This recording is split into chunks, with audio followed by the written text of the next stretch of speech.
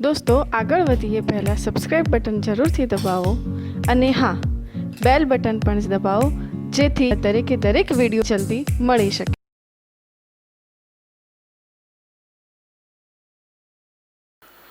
નમસ્કાર મિત્રો, આપણે છેલ્લે લુઈસ બિંદુ નિરૂપણ કેવી રીતે કરવામાં આવે છે અને લુઈસ બિંદુ નિરૂપણ દ્વારા કઈ કઈ માહિતી આપણને મળી શકે છે એના વિશેની આપણે થોડીક શરૂઆત કરી હતી કે જ્યારે તમે લુઈસ બિંદુ નિરૂપણ કરો છો ત્યારે અણુ કે આયનની અંદર બંધ સંખ્યા કેટલી છે એ આપણે જાણી શકીએ છીએ।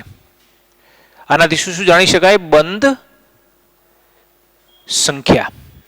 अच्छा, બીજું શું જાણી શકાશે કે ઇલેક્ટ્રોનની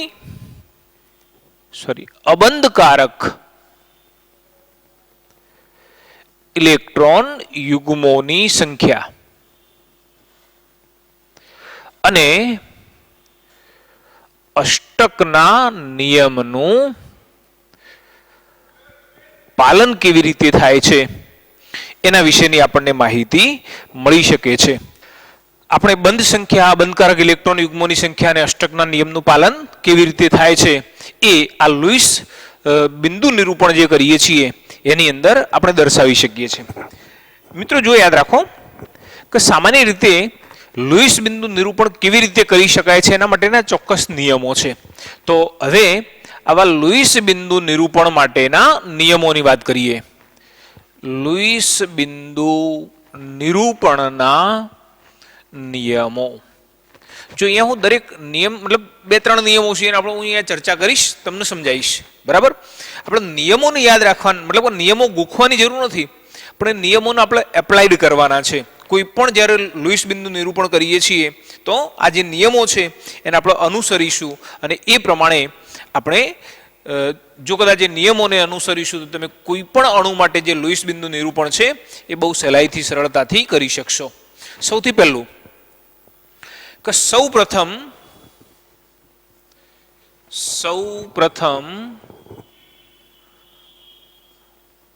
અણુ રચનામાં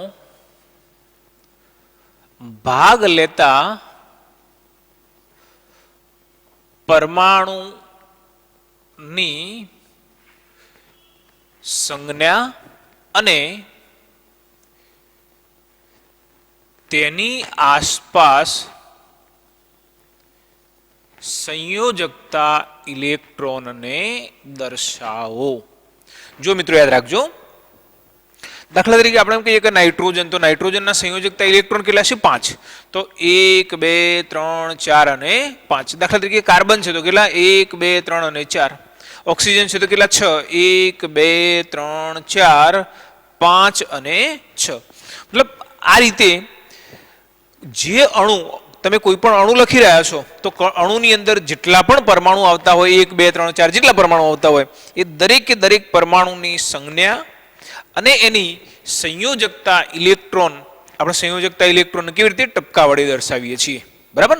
તો આ રીતે સૌપ્રથમ એને દર્શાવવામાં આવે છે, બરાબર? જો ઋણ આયન રચાતા હોય મિત્રો સમજો, જો ઋણ આયન રચાતા હોય તો તટસ્થ પરમાણુઓમાં રહેલા ઇલેક્ટ્રોન ઉપરાંત ઋણ વીજભાર જેટલા વધારાના ઇલેક્ટ્રોન ઉમેરાય છે, અર્થાત એટલા ઇલેક્ટ્રોન વધારાના દર્શાવવામાં આવે છે। તથા ધન આયનમાં તટસ્થ પરમાણુઓમાં રહેલા ઇલેક્ટ્રોન માંથી ધન વીજભાર જેટલા ઇલેક્ટ્રોન દૂર કરવામાં આવે છે। આપણે પહેલી વાત કરીએ ઋણ આયનની. દાખલા તરીકે CO3 તો જ્યારે તમે કાર્બોનેટ આયન માટે લુઈસ બિંદુ નિરૂપણ કરશો તો આમાં એક કાર્બન કેટલા સંયોજકતા ઇલેક્ટ્રોન 4, 3 ઓક્સિજન કેટલા સંયોજકતા ઇલેક્ટ્રોન 1/6 એટલે 6 તરી 18 એટલે 18 અને 4 22. અહીંયા ઋણ આયન છે. ઋણ આયન ક્યારે બને? ઇલેક્ટ્રોન સ્વીકારે ત્યારે. જો અહીંયા હું બધું વર્ણન નથી લખતો. કાર્બનના કેટલા 4 સંયોજકતા ઇલેક્ટ્રોન, આ કાર્બનની વાત કરીએ છીએ. 3 ઓક્સિજન છે, એક ઓક્સિજનના 6 સંયોજકતા ઇલેક્ટ્રોન છે એટલે 6 તરી 18 અને એનો ઋણ વીજભાર કેટલું છે? 2 છે. તો એના ઋણ વીજભાર જેટલા વધારાના ઇલેક્ટ્રોન અંદર એડ થાય છે, ઉમેરાય છે. તો અહીંયા કેટલા 2 ઇલેક્ટ્રોન એની અંદર ઉમેરાયેલા છે. કેટલા થવાના? 18 2 20 ને 4 24. તો 24 ઇલેક્ટ્રોન ધરાવે છે. જ્યારે જ્યારે પણ તમે આવા કોઈ પણ ઋણ આયનનું વર્ગીકરણ કરશો અથવા તો એને લુઈસ બિંદુ નિરૂપણ પ્રમાણે દર્શાવશો તો એમાં કેટલા ઇલેક્ટ્રોન બતાવવાના? તો કાર્બનના 4, 3 ઓક્સિજનના 18 અને -2 ચાર્જ છે, મતલબ કે એને 2 ઇલેક્ટ્રોન મેળવ્યા છે. તો એનો અર્થ એવો થયો કે બીજા 2 ઇલેક્ટ્રોન એના અંદર દાખલ થતા હશે. એ જ રીતે NH4 ધન આયન લઈએ છીએ. જો અહીંયા બતાવ્યું છે કે ધન આયનમાં તટસ્થ પરમાણુઓમાં રહેલા ઇલેક્ટ્રોનમાંથી ધન વીજભાર જેટલા ઇલેક્ટ્રોન દૂર કરવામાં આવે છે. ચલો નાઇટ્રોજનના સંયોજકતા ઇલેક્ટ્રોન કેટલા? 5. 4 હાઇડ્રોજનના સંયોજકતા ઇલેક્ટ્રોન કેટલા? 1 નો 1 તો 4 ના 4. બરાબર. હવે અહીંયા પ્લસ ચાર્જ બતાવ્યો છે. પ્લસ નો અર્થ શું થાય? કે આ જે આયન છે એ 1 ઇલેક્ટ્રોન ગુમાવે છે. અહીંયા +1 છે તો 1 ઇલેક્ટ્રોન ગુમાવે છે. જો +2 હોત તો 2 ઇલેક્ટ્રોન ગુમાવતો હોત. બરાબર. તો અહીંયા જે આયન છે એ 1 ઇલેક્ટ્રોન ગુમાવે છે. જો 1 ઇલેક્ટ્રોન ગુમાવશે તો કેટલા ઇલેક્ટ્રોન થવાના? 5 + 4 - 1 એટલે કેટલા? 8 ઇલેક્ટ્રોન. તો આ 8 ઇલેક્ટ્રોન ધરાવે છે. અર્થાત કોઈ પણ ધન અને ઋણ આયનની અંદર જે ઇલેક્ટ્રોનની સંખ્યા છે એ આપણે આ રીતે દર્શાવીએ છીએ. ચલો આગળ જોઈએ કે જ્યારે જ્યારે પણ તમે લુઈસ બિંદુ નિરૂપણ કરો છો તો સામાન્ય રીતે લુઈસ બિંદુ નિરૂપણમાં ઓછા વિદ્યુત ઋણ પરમાણુને મધ્યસ્થ પરમાણુ તરીકે લેવામાં આવે છે. મિત્રો યાદ રાખો કે તમે જ્યારે કોઈ પણ અણુનું નિરૂપણ લુઈસ બિંદુ નિરૂપણ કરી રહ્યા છો તો એની અંદર જે ઓછો વિદ્યુત ઋણ પરમાણુ હશે, બરાબર ને, તો એને આપણે મધ્યસ્થ પરમાણુ તરીકે લેવાનું છે. અને જે વધુ વિદ્યુત ઋણ પરમાણુઓ છે એને આપણે એના આજુબાજુ ગોઠવવાના છે. દાખલા તરીકે હું તમને ઉદાહરણ આપું કે CO3 તો આમાં વધુ વિદ્યુત ઋણ કોણ? તો ઓક્સિજન. બરાબર છે. ઓછો વિદ્યુત ઋણ કોણ? તો કાર્બન. તો કાર્બનને મધ્યસ્થ પરમાણુ તરીકે લેવાનું છે, જ્યારે ઓક્સિજનને એની આજુબાજુ ગોઠવવાના છે. બરાબર. એટલે આપણે અહીંયા બતાવ્યું કે સામાન્ય રીતે લુઈસ બિંદુ નિરૂપણમાં ઓછા વિદ્યુત ઋણ પરમાણુને મધ્યસ્થ પરમાણુ તરીકે લેવામાં આવે છે, જ્યારે વધુ વિદ્યુત ઋણ પરમાણુને તેની આસપાસ ગોઠવવામાં આવે છે. બરાબર. તો આપણે આ રીતે એની આજુબાજુ ગોઠવીશું. બરાબર.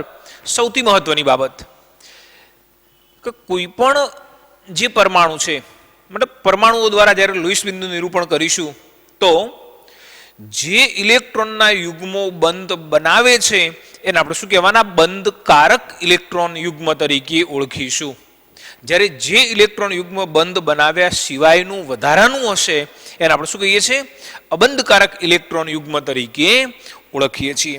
તો આપણે બતાવીશું કે જે ઇલેક્ટ્રોન યુગ્મ બંધ રચે છે અથવા બંધ બનાવે છે તેને બંધ કારક ઇલેક્ટ્રોન યુગ્મ કહે છે. એ જ રીતે જે ઇલેક્ટ્રોન યુગ્મ બંધ રચનામાં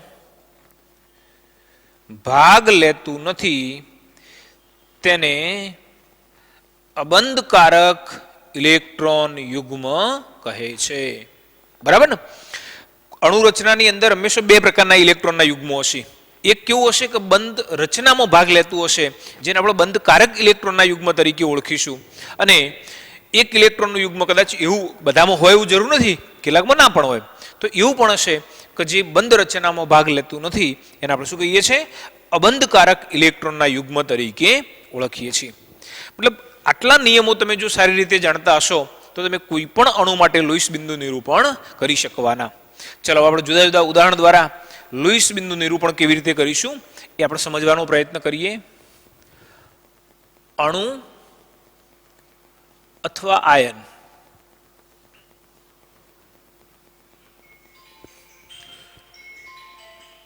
લુઈસ બિંદુ નિરૂપણ. ચાલો જુઓ, સૌથી પહેલામાં પહેલા આપણે જે અણુ છે એ લઈએ H2. ચાલો જુઓ, H2 નું લુઈસ બિંદુ નિરૂપણ એ કેવી રીતે કરીશું? તો જુઓ, અહીંયા બે હાઇડ્રોજન છે. હવે આપણો પહેલો નિયમ એવો છે કે સૌ પ્રથમ અણુ રચનામાં ભાગ લેતા પરમાણુની સંજ્ઞા અને તેની આસપાસ સંયોજકતા ઇલેક્ટ્રોનને દર્શાવો. અહીંયા અણુ રચનામાં બે હાઇડ્રોજન ભાગ લઈ રહ્યા છે. બરાબર ને? એટલે આ હાઇડ્રોજન, આ બીજો હાઇડ્રોજન. બરાબર? ચલો, આ હાઇડ્રોજનના સંયોજકતા ઇલેક્ટ્રોન કેટલા? 1. આ હાઇડ્રોજનના સંયોજકતા ઇલેક્ટ્રોન કેટલા? 1. મતલબ કે બંને વચ્ચે એક એક ઇલેક્ટ્રોનની ભાગીદારી થાય છે. કોના જેવી રચના બની? આ હિલિયમ જેવી રચના પ્રાપ્ત થઈ. બરાબર ને? બંને પરમાણુઓએ એક એક ઇલેક્ટ્રોનની ભાગીદારી કરી અને કોના જેવી? હિલિયમ જેવી રચના પ્રાપ્ત કરી છે. બરાબર? તો આ જે બંધ છે એને આપણે શું કહેવાના? સહસંયોજક બંધ તરીકે ઓળખીએ છીએ. આ જે ઇલેક્ટ્રોનનું યુગ્મ છે એને શું કહેવાય? બંધકારક ઇલેક્ટ્રોનનું યુગ્મ કહીએ છીએ. એટલે આપણે આ રીતે બતાવીશું H સિંગલ બોન્ડ H. બરાબર? તો લુઈસ બિંદુ નિરૂપણ H2 અણુ માટે આપણે આ રીતે દર્શાવીએ છીએ. ચલો બીજું ઉદાહરણ લઈએ, O2. બરાબર? ચલો, અહીંયા બે ઓક્સિજન પરમાણુ એ સહસંયોજક બંધથી જોડાય છે. તમે જાણો છો કે એક ઓક્સિજનના સંયોજકતા ઇલેક્ટ્રોન કેટલા? 2, 2, 4 અને 2, 6. હવે અહીંયા સામે બીજો ઓક્સિજન જ છે અને બીજા ઓક્સિજન સાથે જ્યારે એનો બંધ બનાવવાનો થાય તો આ ઓક્સિજન શું અપેક્ષા રાખતો હશે? કે એના 8 ઇલેક્ટ્રોન પૂરા થાય. અને 8 ઇલેક્ટ્રોન પૂરા કરવા માટે શું કરે? બીજા ઇલેક્ટ્રોન પાસેથી 2 ઇલેક્ટ્રોન મેળવવાનો પ્રયત્ન કરે. પણ જે બીજો ઇલેક્ટ્રોન છે એની અપેક્ષા તો એવી જ હોવાની. એટલે અહીંયા એક પણ પરમાણુ ઇલેક્ટ્રોન આપશે નહીં. હા, બંને વચ્ચે શું થવાનું? ભાગીદારી થવાની. બરાબર છે? અહીંયા 2 ઇલેક્ટ્રોનની ભાગીદારી આ કરશે, 2 ઇલેક્ટ્રોનની ભાગીદારી આ કરશે. તો આ રીતે આપણે બતાવીશું 1, 2, 3, 4, 5 અને 6. આ એક ઓક્સિજન લીધો. બરાબર? હવે જુઓ બીજો ઓક્સિજન લઈએ. 1, 2, 3, 4, 5 અને 6. ચાલો જુઓ, તમે આમાં જોઈ શકો છો. જો આનું અષ્ટક પૂરું થઈ ગયું. 1, 2, 3, 4, 5, 6, 7 અને 8. 8 ઇલેક્ટ્રોન પૂરા થઈ ગયા. સેમ જ રીતે આની અંદર 5 ઇલેક્ટ્રોન થઈ ગયા. સોરી, આ રીતે 1, 2, 3, 4, 5, 6, 7, 8. 8 ઇલેક્ટ્રોન મતલબ કે અષ્ટક રચના પૂરી થઈ ગઈ. બરાબર છે? તો તમે આ રીતે બતાવી શકશો. O double bond O.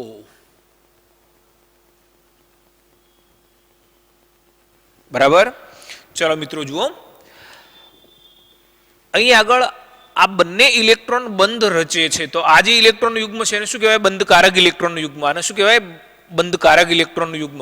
તમને પ્રશ્ન પૂછે કે લુઈસ બિંદુ નિરૂપણ O2 ના લુઈસ બિંદુ નિરૂપણમાં બંધકારક ઇલેક્ટ્રોન યુગ્મોની સંખ્યા કેટલી? આપણે અહીંયા બતાવ્યું છે કે જે ઇલેક્ટ્રોન યુગ્મ બંધ રચે છે તેનો બંધકારક ઇલેક્ટ્રોન યુગ્મ કહીએ છીએ. તો આ બંધકારક ઇલેક્ટ્રોન યુગ્મ છે. તો કેટલા? 2 બંધકારક ઇલેક્ટ્રોનના યુગ્મો છે. અચ્છા, બીજું, જે ઇલેક્ટ્રોનનું યુગ્મ બંધ રચનામાં ભાગ નથી લેતું એને શું કહીએ છીએ? અબંધકારક ઇલેક્ટ્રોન યુગ્મ જો 1 2 3 4 અહીંયા દેખાય છે 4 જે બાકી વધ્યા એ, બરાબર. તો આ શું કહેવાય? અબંધકારક ઇલેક્ટ્રોનના યુગ્મો છે.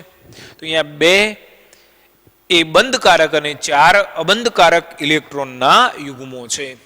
ચાલો મિત્રો હવે જોઈએ O3 ઓઝોન. ચલો ઓઝોનની રચના કેવી રીતે બતાવીશું.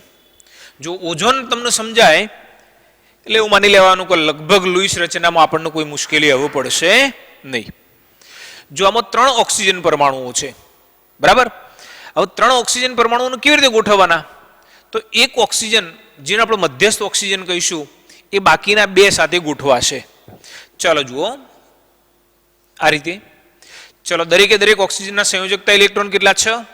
1 2 3 4 5 અને 6, બરાબર. હવે તમે જુઓ કે આની પાસે 6 ઇલેક્ટ્રોન છે, સેમ એ જ રીતે આની પાસે 6 ઇલેક્ટ્રોન હશે. 1 2 3 4 5 અને 6, સેમ એ જ રીતે 1 2 3 4 5 અને 6, બરાબર. હવે શું કરીએ જુઓ, આ બંને ઓક્સિજન એ 2 ઇલેક્ટ્રોનની ભાગીદારી કરે છે, બરાબર. તમને એમ થાય કેમ 2 ઇલેક્ટ્રોનની ભાગીદારી કરતા હશે? તમે જુઓ કે જો આ ઇલેક્ટ્રોનનું અષ્ટક પૂરું કરવું હોય, 8 ઇલેક્ટ્રોન પૂરા કરવા હોય તો એની પાસે 6 તો છે જ. એટલે એ શું અપેક્ષા રાખશે આની પાસે કે મારી પાસે 6 છે, જો આ 2 ની ભાગીદારી કરે તો મારા 8 ઇલેક્ટ્રોન થાય, બરાબર. તો આવું જોવા મળશે આ રીતે. મધ્યસ્થ ઓક્સિજન, મધ્યસ્થ એટલે વચ્ચેનો ઓક્સિજન 1 2, બરાબર. આપણે બાકીના ઇલેક્ટ્રોન પછી લખીએ. ચલો આ બાજુનું ઓક્સિજન એના 8 ઇલેક્ટ્રોન, સોરી 6 ઇલેક્ટ્રોન 1 2 3 4 5 અને 6. જો આ ઓક્સિજનનું અષ્ટક પૂરું થઈ ગયું, આ ઓક્સિજન જે હતું એનું અષ્ટક પૂરું થઈ ગયું, એના 8 ઇલેક્ટ્રોન થઈ ગયા. ક્યારે? કે એના પોતાના 6 અને વચ્ચેના ઓક્સિજન સાથે 2 ની ભાગીદારી કરશે ત્યારે, બરાબર. ચલો હવે જે રીતે આ ઇલેક્ટ્રોને અષ્ટક પૂરું કર્યું 2 ઇલેક્ટ્રોનની ભાગીદારી કરીને, એ રીતે આ પણ ભાગીદારી કરશે, બરાબર. તમે એમ કહેશો કેટલાની ભાગીદારી કરશે? તો 2 ની ભાગીદારી કરશે. 2 ની ભાગીદારી કરવામાં આનો તો કોઈ વાંધો નથી, પણ આનો વાંધો છે. કેમ? જો હું તમને એનું રીઝન સમજાવું. દાખલા તરીકે તમે અહીંયા 2 ઇલેક્ટ્રોન લખી દીધા, બરાબર. હવે તમે આ ઓક્સિજન માટે લખશો શું લખવાના અર્થે? 1 2 3 4 5 અને 6. જો આનું તો અષ્ટક પૂરું થઈ ગયું.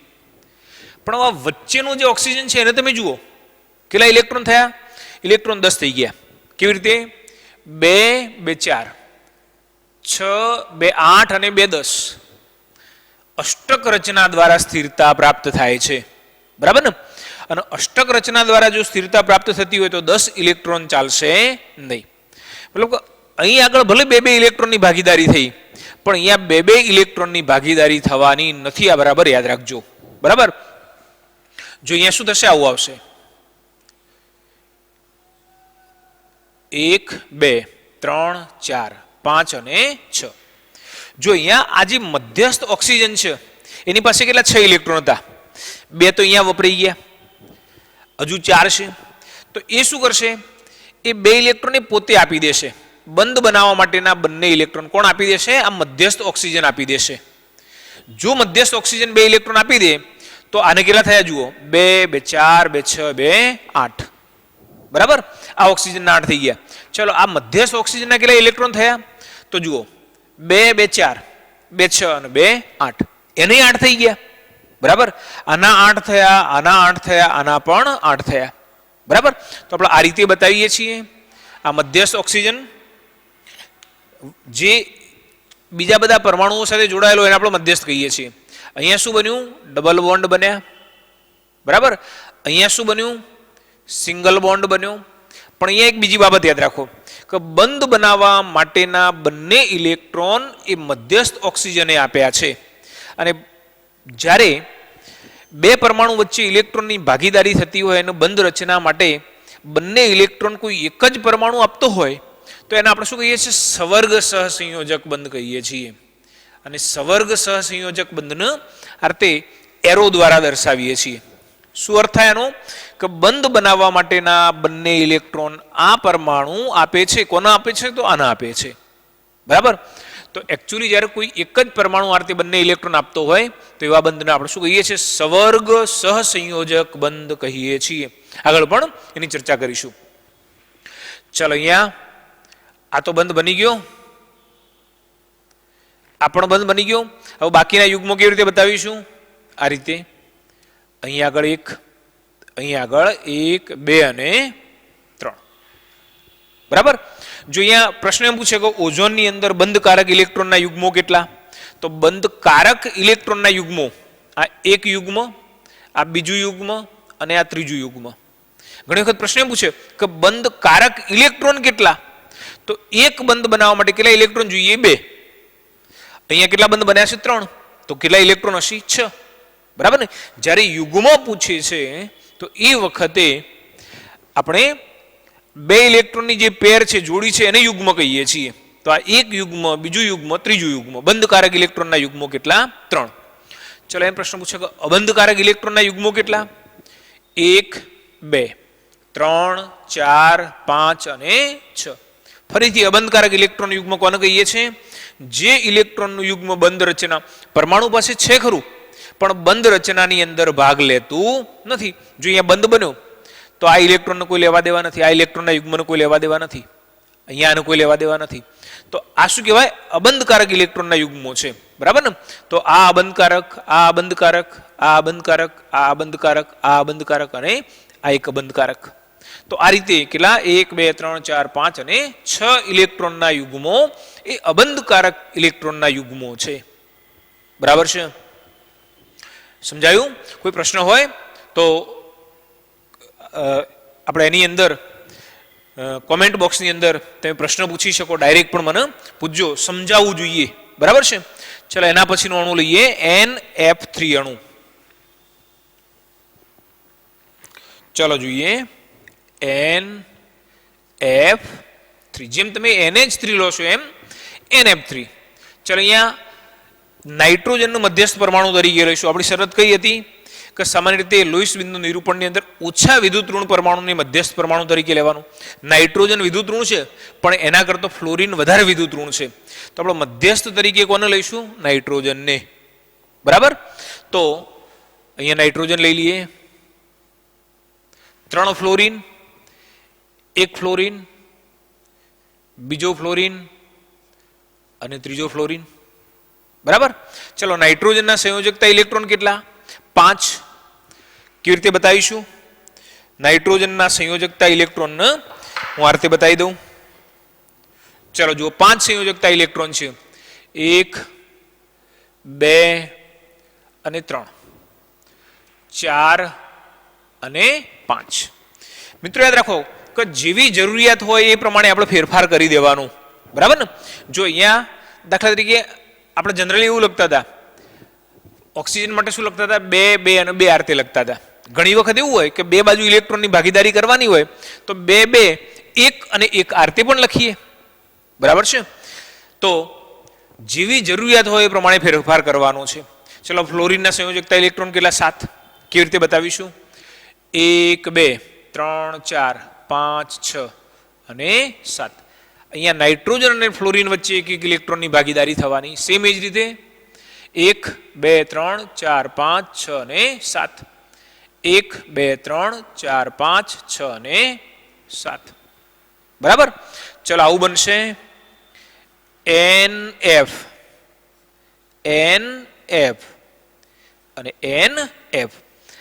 આ જે લાઈન દોરી એ શું બતાવે છે? બંધકારક ઇલેક્ટ્રોન યુગ્મ. અને બાકી બધા જે ટપકા વધ્યા એ શું કહેવાય? અબંધકારક ઇલેક્ટ્રોન યુગ્મ.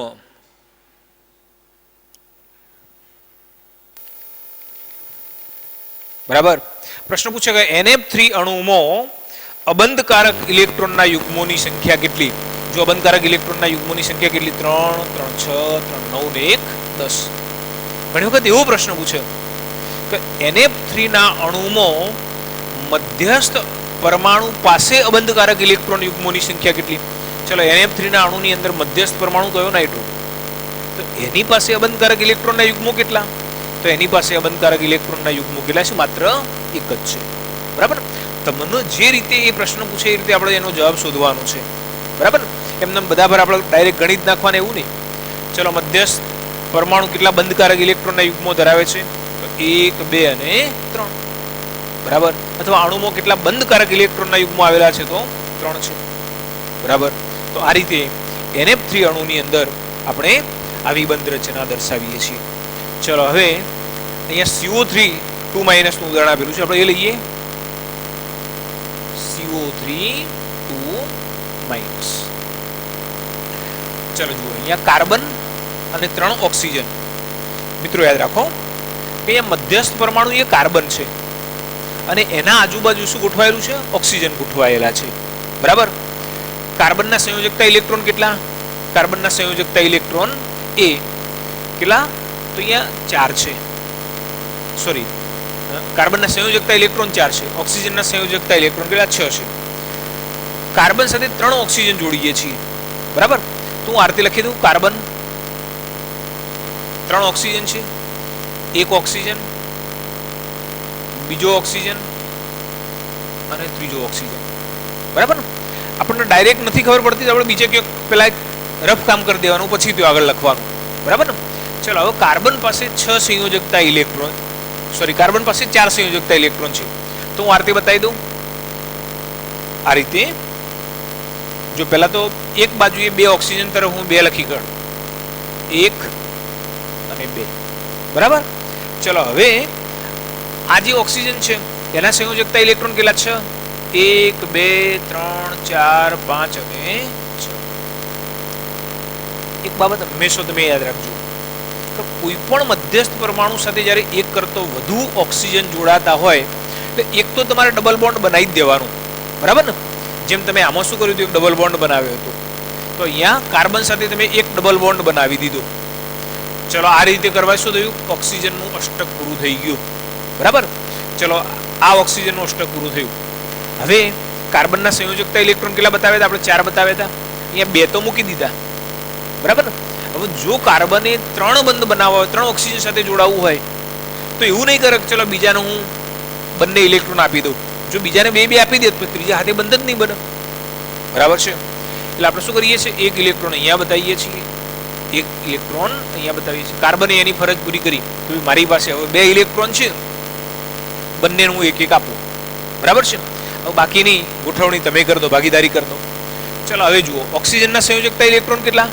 તો ઓક્સિજનના 6, 1, 2, 3, 4, 5 અને 6.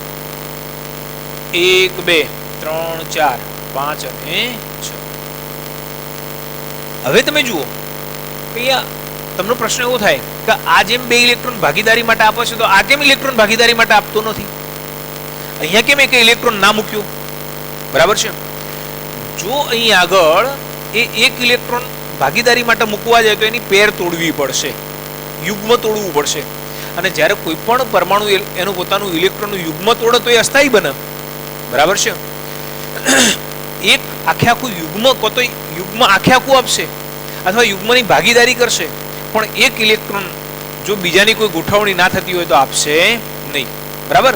અને માની લો કે ચલો એક ઇલેક્ટ્રોન અહીંયા મૂકે તો પણ કેટલા થવાના? 1, 2, 3, 4, 5. એક અહીંયા મૂક્યો 6 અને 7 જ થાય. અષ્ટક પૂરું થતું નથી. ચલો, સેમ એનું અહીંયા પણ અષ્ટક થતું નથી. હવે તમે જુઓ કે જો અહીંયા આગળ કાર્બોનેટ આયન તરીકે એને સ્થાયી બનવું હોય તો શું કરવું પડે? અહીંયા એક ઇલેક્ટ્રોન હોવું જોઈએ તો જ અષ્ટક થાય, તો જ કાર્બનની સંયોજકતા પૂરી થાય, ઓક્સિજનની સંયોજકતા પૂરી થાય. એટલે આ શું કરશે? એની પેર નહીં તોડે, ક્યોકથી ઇલેક્ટ્રોન ઉછીનું લેશે. બરાબર ને? બહારથી ક્યોકથી મેળવશે. દાખલા તરીકે બહારથી મેળવેલો ઇલેક્ટ્રોન હું અહીંયા અલગ પડે એટલા માટે બતાવું છું. આ બહારથી મેળવેલો ઇલેક્ટ્રોન. બરાબર ને?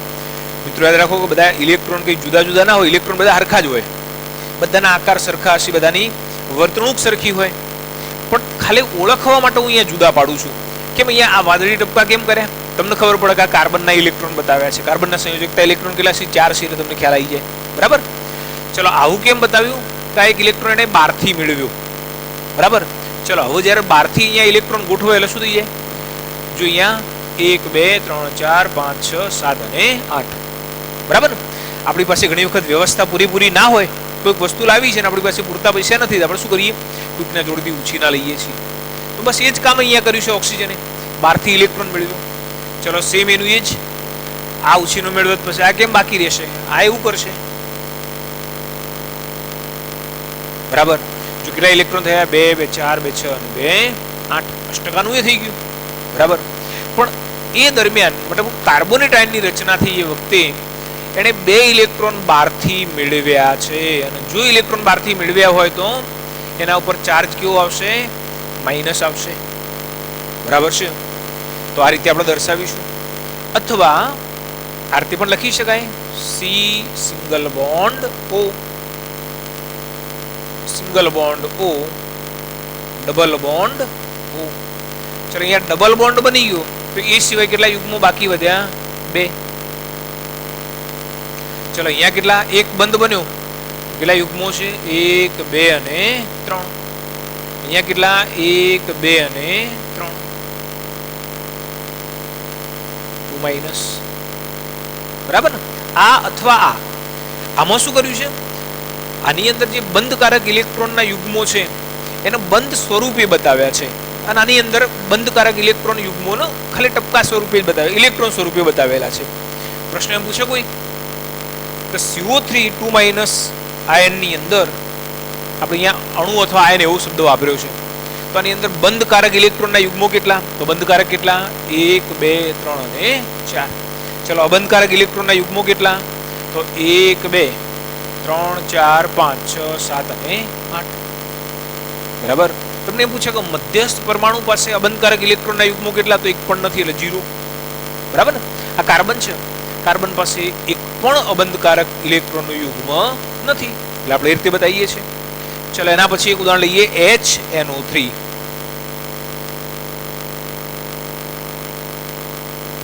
ચાલો જુઓ, નાઇટ્રિક એસિડ HNO3. બરાબર. ચલો હવે HNO3 ની અંદર સૌથી પહેલા તો મધ્યસ્થ પરમાણુ કોને લઈશું, આપણે અહીંયા મધ્યસ્થ પરમાણુ તરીકે નાઇટ્રોજન લઈએ છીએ. તમને થાય સાહેબ તમે તો અહીંયા એવું કહ્યું હતું કે ઓછા વિદ્યુત ઋણ પરમાણુને મધ્યસ્થ પરમાણુ તરીકે લેવાનું, તો અહીંયા સૌથી ઓછો વિદ્યુત ઋણ પરમાણુ તો કયો છે, હાઇડ્રોજન. તો કેમ હાઇડ્રોજન ના લીધું? બરાબર ને. આવો પ્રશ્ન થવો જોઈએ. પણ હાઇડ્રોજનની સંયોજકતા કેટલી છે, એક જ. હાઇડ્રોજન કેટલા બંધ બનાવી શકે, એક જ બંધ બનાવી શકે. મતલબ તમે હાઇડ્રોજનનું જો સેન્ટરમાં લઈ લેશો તો આટલા બધા એક નાઇટ્રોજન આટલા બધા ઓક્સિજન એ થોડું જોડી શકશે. અને આમાં હાઇડ્રોજન તો હંમેશા કેવો ગોઠવાય, છેડામાં જ ગોઠવાય. બરાબર. એટલે હાઇડ્રોજનને આપણે ગણતરીમાં નહીં લઈએ, તો બાકી જે વધે એમાં કોણ મધ્યસ્થ પરમાણુ તરીકે આવશે, નાઇટ્રોજન. બરાબર ને. તો હું આ રીતે બતાવું, નાઇટ્રોજન. બરાબર. હવે નાઇટ્રોજન સાથે શું છે, 3 ઓક્સિજન. બરાબર. ચલો 3 ઓક્સિજન એટલે કેટલી, 3 બાજુએ બતાવી દઈએ, 1 2 અને 3. ચલો હવે તમે જુઓ કે ઓક્સિજનના સંયોજકતા ઇલેક્ટ્રોન કેટલા 6, નાઇટ્રોજનના સંયોજકતા ઇલેક્ટ્રોન કેટલા 5 અને હાઇડ્રોજનના સંયોજકતા ઇલેક્ટ્રોન કેટલા 1. મેં તમને ફરી આ ત્રીજી વખત આપણે જોઈએ છીએ કે જ્યારે કોઈક મધ્યસ્થ પરમાણુ સાથે ઓક્સિજન જોડાતો હોય તો એક તો દ્વિબંધ બનાવી જ દેવાનું.